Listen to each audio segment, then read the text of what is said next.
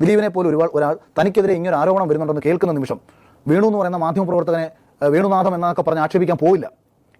അതൊരു basic pulse. ഞാൻ പറഞ്ഞ ഒരു മനുഷ്യന്റെ സാധാരണ ലോജിക്കാണത്. ഞാൻ തെറ്റ് ചെയ്തിട്ടുണ്ടെന്നും ഞാൻ കുടുങ്ങുമെന്നും കാണുന്ന ഒരു മൊമെന്റിൽ പൊങ്ങി വരാതെ ഒതുക്കാനേ ശ്രമിച്ചു. ദിലീപ് വഷളാക്കാണ് ചെയ്തത്. എന്താ കാര്യം? ദിലീപ് അത് പ്രതിയല്ല. ഇതൊന്നും എൻ്റെ മേലെ ബാധിക്കാൻ പോകുന്നില്ല. ആ കോൺഫറൻസിലാണ് വിളിച്ചോണ്ടത്. അല്ലെന്നുണ്ടെങ്കിൽ പല ആൾക്കാരും ദുബായിലും മറ്റുള്ള പരിസരങ്ങളിൽ ഒളിവിൽ പോയിട്ടുണ്ടല്ലോ. പോയാൽ കുടുങ്ങും. അന്വേഷണം പോലീസുകാർ പിടിച്ചാൽ കുടുങ്ങും. പക്ഷേ ദിലീപ് പോയിരുന്നു കൊടുത്തു. അയാൾ വിചാരിച്ചു ഇത് ചോദ്യം ചെയ്ത് തിരിച്ചു വിട്ടു കളഞ്ഞു. ചോദ്യം ചെയ്യാൻ വിളിച്ച് കയറ്റി പുള്ളിയെ പിടിച്ച് അകത്തിട്ട് കളഞ്ഞു. കുടുക്കി കളഞ്ഞില്ല. അതിനാ ജയിലിൽ പോയി ദിലീപിന് വേറെ വല്ല ചെയ്യാൻ സ്പേസ് ഉണ്ടോ? 86 ദിവസം അതിനകത്ത് കിടന്നു. അതൊക്കെ ആ വകുപ്പിന്റെ സ്വഭാവം അതാണ്. 86 വന്ന് ജാമ്യം കിട്ടത്തുള്ളൂ. പറയുന്നത് കാര്യം നമ്മൾ ചൂണ്ടയ്ക്കകത്ത് ഇര കൊടുക്കുന്നതിന് മീൻ പിടിക്കാനാ. നല്ല ഒന്നാന്തരം സ്രാവിനെ പിടിക്കാൻ ഇര ഇങ്ങനെ ഇട്ട് കൊടുത്താൽ മതി. അപ്പോൾ ഇര ഇടുന്ന ഉദ്ദേശം വേറെ ഒന്നിനെ പിടിക്കാനാ. അപ്പോൾ വേറെ ഒന്നിനെ കൊടുക്കുക എന്നുള്ളതാണ് ഇരയുടെ ലക്ഷ്യം, അല്ലേ? അപ്പോൾ ഇടുന്ന ചൂണ്ടയ്ക്കകത്ത് ഇരയാവാതിരിക്കുക എന്നുള്ളതാണ് പലരും ശ്രമിക്കേണ്ടത്. കാരണം ഈ ഇരയാക്കിക്കൊണ്ട് ചൂണ്ടയിരുന്ന വേറെ ടീംസ് കാണും. അങ്ങനെയുള്ള ടീംസ് മലയാള സിനിമയിൽ ഉണ്ടായിരുന്നു. അതാണ് ദിലീപിന് അറിയാവുന്ന. ദിലീപ് അടുത്ത സമയത്തും പറഞ്ഞത്